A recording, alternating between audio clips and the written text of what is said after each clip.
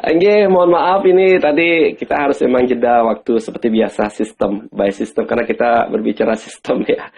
Kita harus ngikutin sistem yang ada, kita harus jeda Harus dulu. fleksibel. Iya, kita harus fleksibel seperti urian di awal bahwasanya Kristu lika-liku ya, ada kelok-kelokannya itu merupakan simbol kefleksibelan kita ya. Kalau memang kita kaku, kita akan gampang terhempas nanti ya katanya lah tuh. Betul, betul. Oke. Baik Ratu, saya akan langsung ini ada pertanyaan. Menurut Ratu, kapankah suatu keris itu dikatakan cocok dan berguna? Ini pertanyaannya sangat bagus sekali. Berguna untuk yang akan memakainya atau berguna untuk orang lain? Untuk dalam si pemilik pastinya tuh. Si pemilik.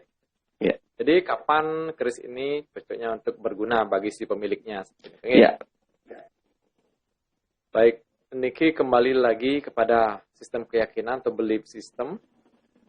Pertama kita harus telusuri dulu, yaitu pengetahuannya, yaitu pengalaman tentang keris yang akan dimilikinya. Kedua, kita harus tahu pengetahuan tentang keris tersebut. Yang ketiga, sebelum kita memutuskan untuk akan memilih keris mana yang akan benar-benar kita miliki, seperti di awal tadi Tiang mengatakan, kita harus mengajukan pertanyaan dalam diri. Semakin kita mengajukan pertanyaan dalam diri, semakin juga keris atau benda tersebut, walaupun itu hanya sebuah benda, benda juga sebenarnya memiliki energi. Semakin dia akan mensinkronkan keadaan energi kita dengan benda tersebut. Itu sama kaitannya dengan hukum law of attraction tadi. Nah, sehingga pada saat kita berkeyakinan dan sudah menanyakan dalam hati bahwa saya menginginkan keris ini, apakah saya layak? Apakah saya layak? Apakah saya layak? Selalu ajukan pertanyaan berulang-ulang. Semakin kita mengajukan pertanyaan berulang-ulang, itu akan semakin menyadarkan bawah sadar kita untuk semakin aware terhadap benda yang akan kita miliki tersebut. Nah, ketika energi dalam diri kita, ketika bawah sadar kita sudah paham, dan betul-betul menginginkan benda atau keris yang akan kita pilih tersebut, maka benda tersebut juga akan memproyeksikan energinya yang sama. Sehingga muncullah di sana ada namanya pemicu dalam jiwa kita. Ada niat muncul. Oh, saya harus memiliki keris A. Walaupun di sana misal ada banyak keris A, B, C, D. Tapi kenapa saya memilih keris A? Kenapa saya tidak memilih keris B, keris C, keris D? Seperti kata Tiang tadi, saat kita mengajukan pertanyaan, muncul aura, muncul energi dalam diri kita yang dipicu oleh bawah sadar kita. Maka benda-benda yang kita inginkan tersebut juga akan memproyeksikan energinya. Secara tidak langsung terjadi sinkronisasi energi di sana. Kenapa kita justru memilih A? Karena keris A itu memancarkan sinkronisasi energi yang sama dan serupa dengan energi kita. Seperti itu. Jadi niki sifatnya adalah sinkronisasi energi. Sinkronisasi energi. Baik Ratu, terima kasih atas jawabannya. Jadi berbicara cocok dan berguna, ya pastinya kita tidak lepas dengan yang namanya pengetahuan dan pengalaman. Nah, masalah berguna dan tidaknya berarti kita kembali ke tujuan. Kembali ke tujuan. Nah, bila mana keris itu digunakan sebagai simbol budaya, ya, tempatkanlah keris itu sebagai simbol budaya. Jadi dengan cara melestarikan budaya-budaya pekerisan yang ada, yang sudah lestari hingga saat ini. Seperti tumpak landap yang sebentar lagi, ya kita bisa gunakan keris itu. Jadi keris itu sudah otomatis, sudah berguna bagi kita. Jika keris itu dijadikan suatu pedoman hidup, tuntunan hidup, atau suatu pesan untuk mengingatkan kita, Ya, seperti yang sudah pernah kita sampaikan bahwasanya setiap ricikan-ricikan keris itu memiliki arti atau pesan ataupun simbol-simbol. Gunakanlah itu. Jadi otomatis itu sangat berguna. Nah, kembali ke cocok dan tidak cocoknya keris itu, ya kembali dari ke dalam diri kita. Ya, sesuaikan dengan pengalaman. Nah, kalau tadi atunya mengatakan tidak ada keris tidak benar dengan keris. Saya tidak boleh melihara atau merawat keris karena kelahiran saya seperti ini, ya, seperti itu. Itu informasinya itu tidak jelas ya. Nah, jadi hal seperti itu kita kesampingkan terlebih dahulu. Mungkin yang tepatnya kita pakai konsep pelestarian budaya. Ya, karena biar bagaimanapun kita sebagai seorang berbudaya, pelestarian budaya itu adalah hal yang wajib menurut saya, nggih. Oke, atuh untuk tadi dikatakan menurunnya awareness. Ya, jadi ketika kekecewaan, ya karena maklum karena pengetahuan dan pengalaman kita muncul kekecewaan. Nah, ini akan berdampak pada menurunnya awareness. Betul. Nah, kalau saya turunkan, ketika terjadinya penurunan awareness, kira-kira dampak apa yang dapat kita rasakan atau dapatkan? Atau secara psikologi mungkin, ataupun hal-hal yang lain itu. Oh. Jadi dampak yang diakibatkan daripada self-awareness yang menurun. Iya, betul. Kita ketahui, fisiologis dan psikologis adalah dua hal yang tidak bisa dilepaskan. Salah satu bermasalah, maka akan bermasalah keduanya. Namun, salah satu diperbaiki, justru akan memperbaiki keduanya juga. Berkaitan dengan turunnya self-awareness, berarti ini adalah masalahnya psikologis. Kalau psikologis kita bermasalah, bisa jadi itu juga akan berpengaruh terhadap fisiologis. Bisa jadi kita akan sakit, atau sakit kepala. Padahal sebenarnya bukan disebabkan oleh faktor energi luar. Itu semua berasal dari internal diri kita. Karena seperti kata Tiang tadi, salah satu bermasalah, maka bermasalah keduanya.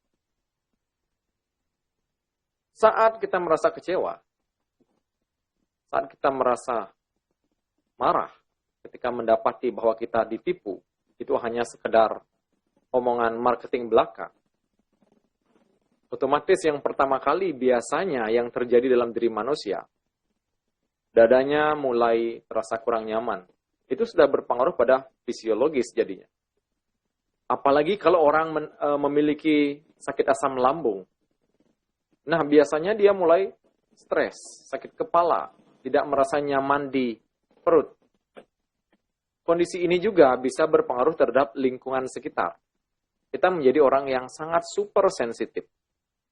Saat bertemu dengan orang atau teman atau saudara yang akrab, biasanya kita bercanda, bersenda gurau, tetapi ketika kesadaran kita menurun, perubahan fisiologis dan psikologis, adanya rasa tidak nyaman dalam tubuh, ketika teman atau saudara kita maksudnya bercanda, karena saking sensitifnya kita akan mudah cepat marah.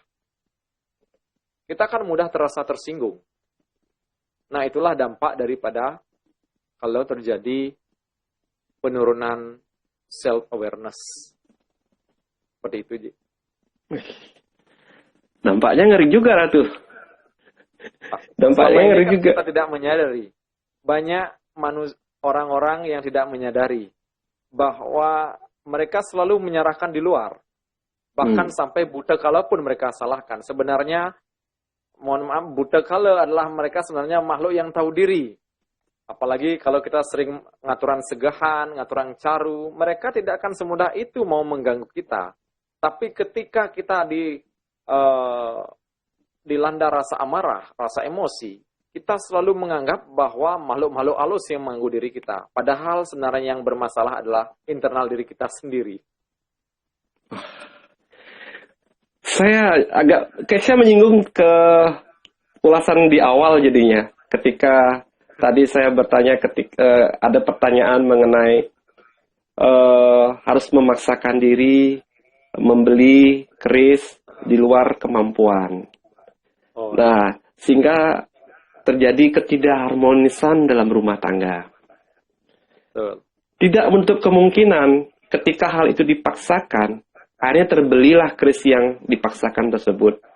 Ketika Betul. itu disemayamkan di rumahnya atau dirawat, muncul ketidakharmonisan rumah tangga, padahal pemicunya adalah kita terlalu memaksakan kehendak, mengganggu keuangan keluarga. Endingnya adalah keris yang dikambing hitamkan. Betul. Nah, hal ini yang perlu diperhatikan oleh kawan-kawan agar tidak kita salah pemahaman, selalu menyalahkan keris.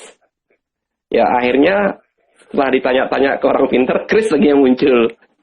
Padahal permasalahannya ada dalam diri. Dirinya. Awareness kita yang terlalu memaksakan diri ini. Begitu Ratu Nge. Betul, apalagi Aji kan tahu hukum hutang itu. Bayar, kalau apalagi membeli keris atau membeli yang kita katakan hobi dengan berhutang, kita ketahui bahwa sedangkan pemasukan kita tidak pasti. Dari situ saja sudah kita bisa lihat jomplangnya sangat beda jauh sekali. Benar. Itu sangat mengganggu ya keharmonisan rumah tangga Ratu Nge. Betul.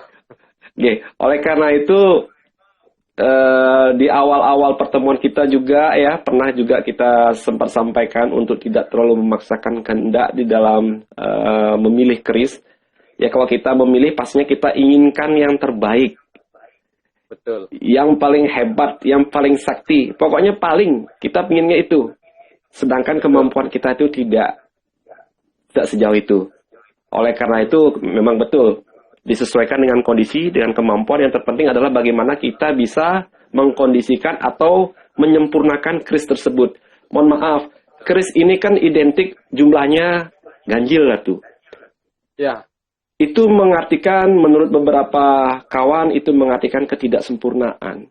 Sempurna kerisnya itu tergantung dari kita yang memberikan arti kesempurnaan itu lah tuh.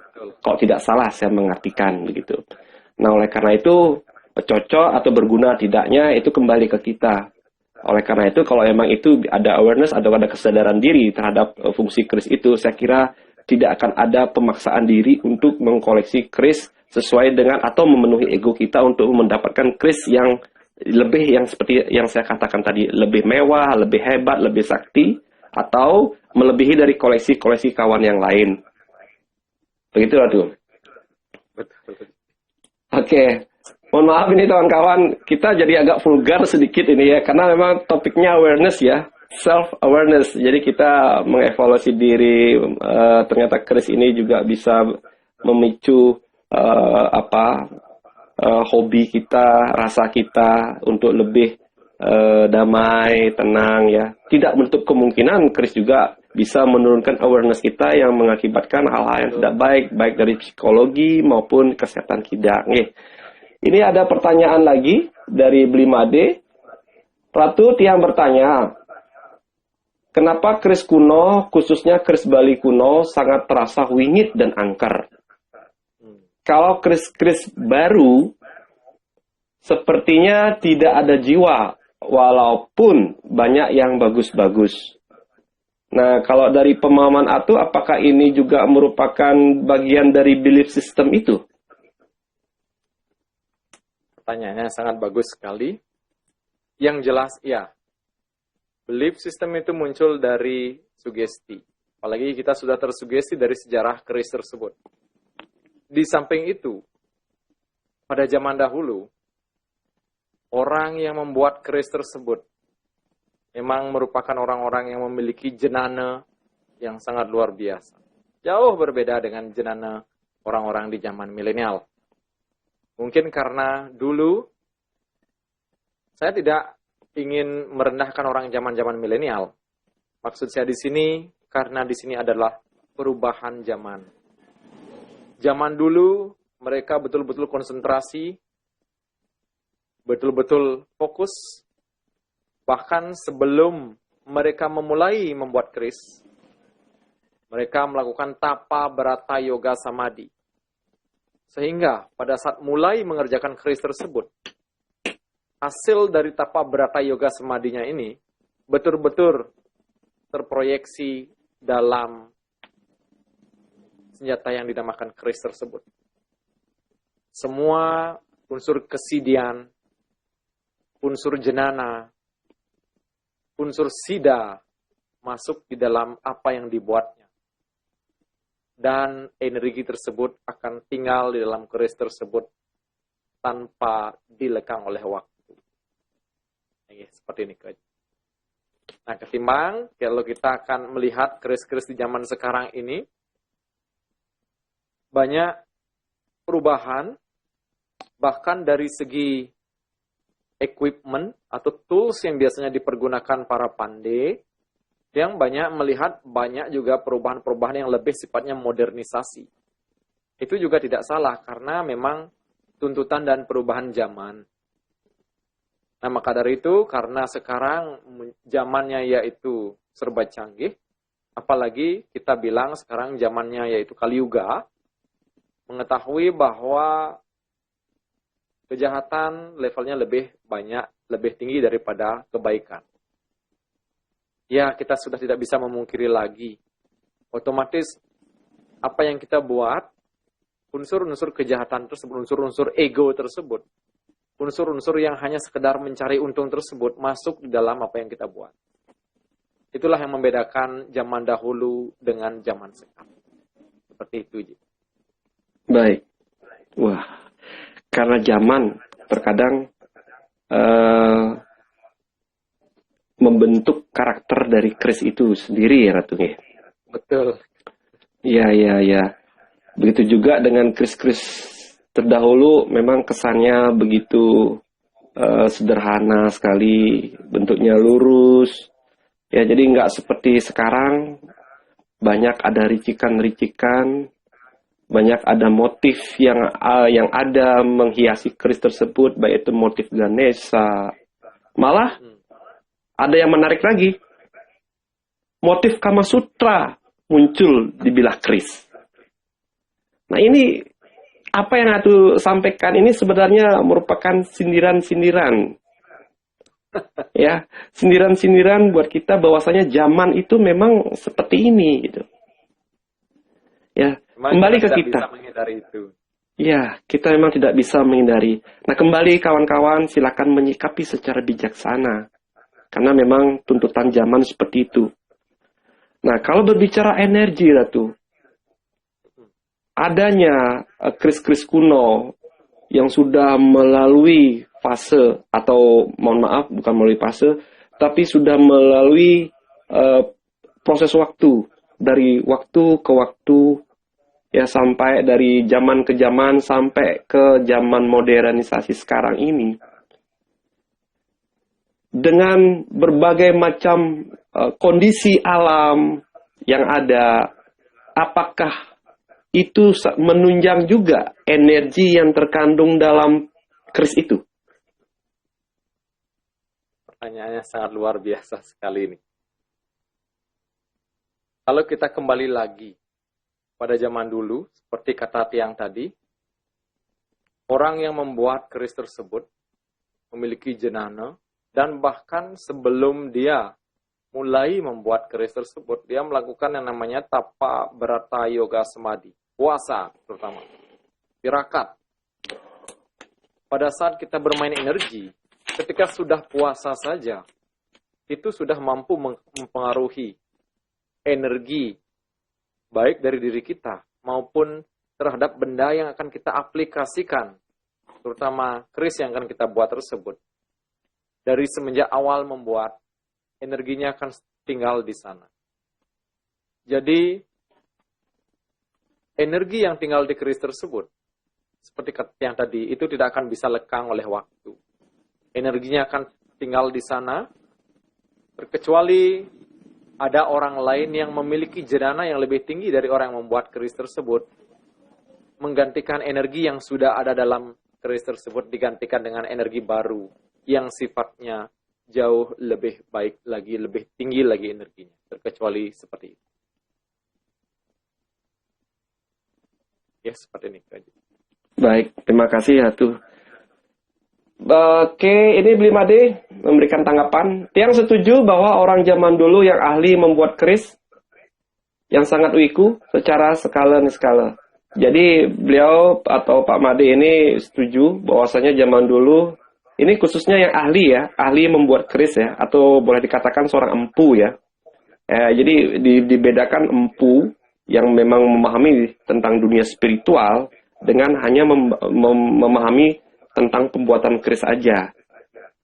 Ya, ini kita berbicara tadi Blimade maksudnya ini adalah empunya yang memahami unsur-unsur spiritual dari keris itu juga ke spiritual artinya spiritual yang luas ya. Kemudian begini Ratu. Nah, kembali ke self awareness.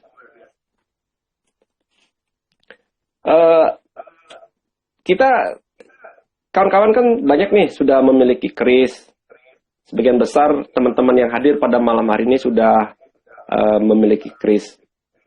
Nah, guna dapat meningkatkan self-awareness-nya, apa yang mesti kita harus lakukan, Atuh? Apakah cukup hanya untuk menikmati saja, ya, cuman mendengarkan cerita saja, atau menggali terus, atau ada tips atau cara-cara tertentu sehingga kita dapat meningkatkan self-awareness kita, Atuh? Luar biasa sekali, nggih. Nah, keris ini gunakanlah layaknya sebagai agama. Kaitannya spiritual dan agama. Spiritual, bagaimana kita memahami dan mendamaikan internal dari dalam diri kita.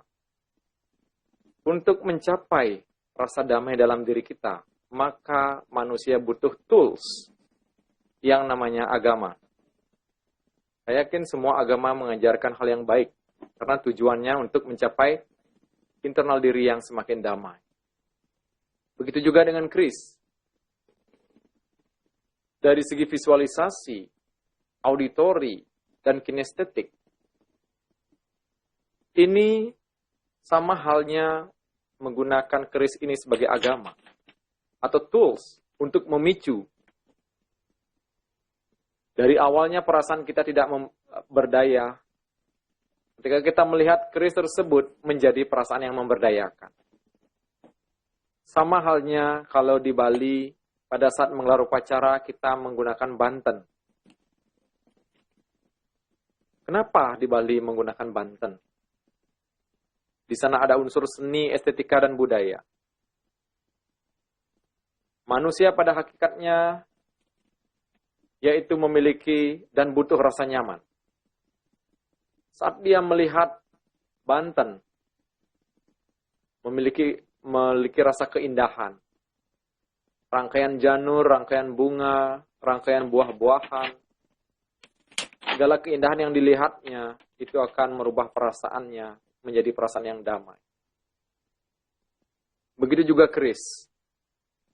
Dengan kita mengetahui sejarah tentang keris tersebut, melihat indahnya lekukan keris tersebut, melihat ukir-ukirannya, melihat sarungnya yang begitu penuh dengan corak, yang begitu klasik, penuh dengan ukir-ukiran. Jadikanlah itu sebagai pemicu untuk menjadikan internal diri kita dari awalnya tidak memberdayakan menjadi perasaan yang memberdayakan. Jadi intinya di sini peranan keris sama halnya seperti banten, sama halnya seperti agama, jadikanlah ini sebagai tools untuk memicu perasaan kita. Dari awalnya tidak memberdayakan menjadi perasaan yang memberdayakan. Seperti ini, Kaji. Baik, terima kasih. Satu pertanyaan lagi ya. Oke, ini saya kira ini pertanyaan terakhir. Orang dahulu membuat apapun selalu sambil menggending. Sehingga jiwanya masuk dalam karya yang dibuat. Tapi orang sekarang membuat apapun selalu ingin cepat karena faktor ekonomi. Apakah ini merupakan dampak dari zaman Kali Yuga ini ya tuh?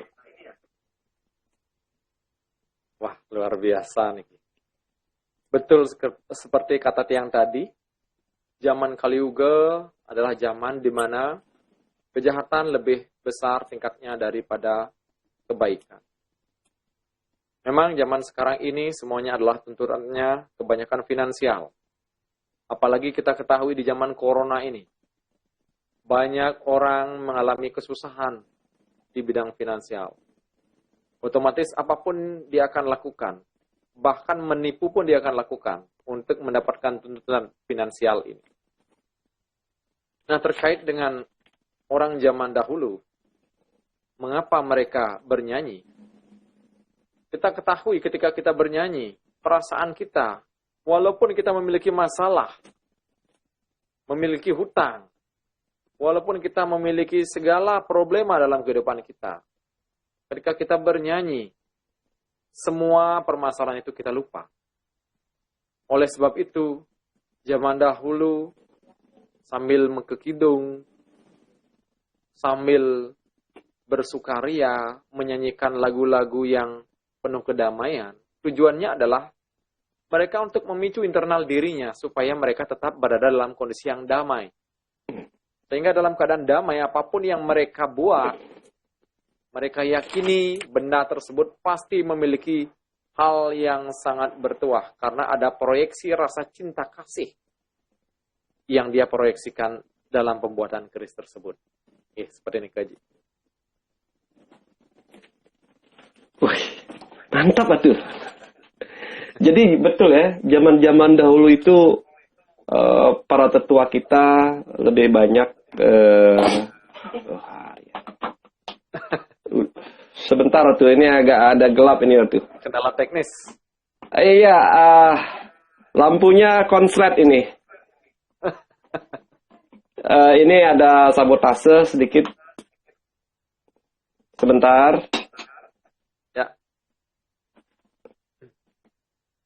Baik, kawan pecinta keris. Jadi mohon maaf, ini terpaksa saya harus agak remang-remang karena lampu mati. Ya. Apakah mungkin ini dampak dari kita mengulas masalah energi sehingga ruangan saya jadi gelap? Salah PLN gitu mungkin. Iya ini. Baik. Jadi begitu kawan pecinta keris, bahwasanya menyanyi atau berkidung itu salah satu, boleh saya katakan istilah sekarangnya merupakan suatu cara ya untuk membuat tenang, damai jiwa, sehingga dapat menghasilkan suatu karya yang luar biasa ke depannya. Nah, berbeda dengan sekarang, terlebih para pengrajin kita, para pandai kita bekerja dikejar, harus selesai dengan waktu yang ditentukan, sehingga menghasilkan karya-karya yang dipaksakan. Mungkin saja karya itu tidak sesuai dengan yang diharapkan oleh si pembuat, namun karena tujuannya untuk menyenangkan si pemesan, mau nggak mau harus dipenuhi. Seperti keris Empu Gandring yang diceritakan, karena harus dikejar waktu yang ditentukan, sehingga menghasilkan karya yang berdampak kurang baik bagi si pemesan. Oke, saya kira itu para pecinta keris, saya kira waktunya ini sudah lebih dari pukul 22.30. Jadi saya akan akhiri saja pertemuan pada malam hari ini. Ya, saya perhatikan kawan-kawan cukup antusias sekali dan dengan pertanyaan-pertanyaan yang luar biasa. Ya, begitu juga dengan narasumber. Terima kasih sekali narasumber yang pemaparannya begitu indah dan begitu luas. Dan jujur aja ini semua masuk ke dalam pemikiran saya dan betul meresap. Dan saya akan bisa lebih mudah mensosialisasikan khususnya kepada keluarga saya di dalam bagaimana memberdayakan diri dengan media-media yang ada. Nah, muncul lagi nih, baru ngomongin yang enak-enak ini. Baik, kawan pecinta keris, demikian diskusi online kita bersama Ida Sri Begawan Sidenanda Saraswati, yang mengambil topik bagaimana Kris dapat meningkatkan self-awareness. Ternyata kekecewaan itu dapat menurunkan self-awareness. Oleh karena itu, tetap tingkatkan pengetahuan dan pengalaman kita. Tetap asah pengetahuan kita, tetap asah pikiran kita setajam dan setajam Kris. Sekian dari saya, Atu, semua Atu. Mohon maaf bila mana ada yang tidak berkenan dalam penyampaian saya maupun dalam mengawal acara ini dari awal sampai akhir. Jadi saya mohon maaf yang sebesar-besarnya, begitu juga dengan para pecinta Kris. Dan kita akan berjumpa kembali minggu depan dengan topiknya yang berbeda tentunya. Ya, kita akan mengundang salah satu master yang cukup terkenal ya di dunia hipnosis ya. Ya, saya akan mengundang nanti Blimade Bayu ya, yang akan memaparkan Kris ya, barangkali Kris sebagai media spiritual para spiritualis ya. Oke, untuk itu saya akhiri pertemuan pada malam hari ini dengan ucapan banyak-banyak terima kasih. Sekian dari saya, Wijaya dari Paikatan Tosan Naji Bali. Selamat malam. Om Santi Santi Santi Om.